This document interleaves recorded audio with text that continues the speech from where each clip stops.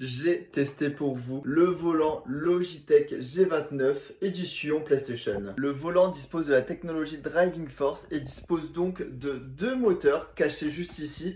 Mais comme vous pouvez le voir, ça prend un peu de place. Vous avez plusieurs boutons sur ce volant, les palettes à l'arrière pour passer les vitesses. Vous avez notamment aussi tous les boutons dispo sur la PlayStation, la molette pour régler directement le retour de force sur votre volant. On ressent dans la construction de ce volant des matériaux assez qualitatifs avec ces parties-là et les palettes qui doivent être en alu et un espèce de simili-cuir avec des surpiqûres dedans qui nous donne vraiment un confort de conduite, un bon maintien du volant. Au niveau des connectiques, ça se passe en dessous le volant. Vous avez cette partie-là qui sert à enrouler les câbles pour pas vous gêner et notamment des gouttières ici pour pouvoir passer vos câbles. Le câble qui permet directement de le brancher à votre PC en USB type C. Vous avez ici un emplacement pour mettre votre levier de vitesse Logitech. Vous avez ici l'emplacement pour brancher votre pédalier. Bien entendu, vous avez aussi de l'alimentation qu'il vous faudra mettre sur une prise directement à votre mur. Une prise qui est obligatoire pour alimenter votre volant. Le volant est fourni avec le pédalier. Vous avez trois pédales. La pédale d'accélération, assez peu de résistance. La pédale de frein offre une véritable résistance comme sur votre voiture. Et la pédale d'embrayage sera utile si vous jouez notamment avec le levier de vitesse. J'ai pu tester le volant sur Euro Truck Simulator 2 et sur Forza Horizon 5 pour le moment. Le volant a vraiment une très bonne prise en main. Il est très agréable à conduire. Cependant, pensez à bien faire des réglages. Vous avez des tutos partout sur YouTube. Le réglage est très simple. Je n'ai pas touché au logiciel Logitech G-Hub. J'ai touché à chaque fois au réglage directement in-game. Levier de vitesse, qui d'ailleurs est très qualitatif, mais cependant que je n'ai pas beaucoup essayé. Faut déjà que j'apprenne à conduire avec le volant en fait. Ce levier de vitesse coûte 60 euros. Le volant coûte environ 300 euros. C'est un peu cher. Selon votre utilisation, je pense que c'est le meilleur rapport qualité-prix du marché. Mon avis à propos du Logitech G29, c'est un très bon volant, très qualitatif, facile à prendre en main. Son prix est un peu cher, mais ça reste quand même l'un des meilleurs rapports qualité-prix dans les volants moyens haut de gamme.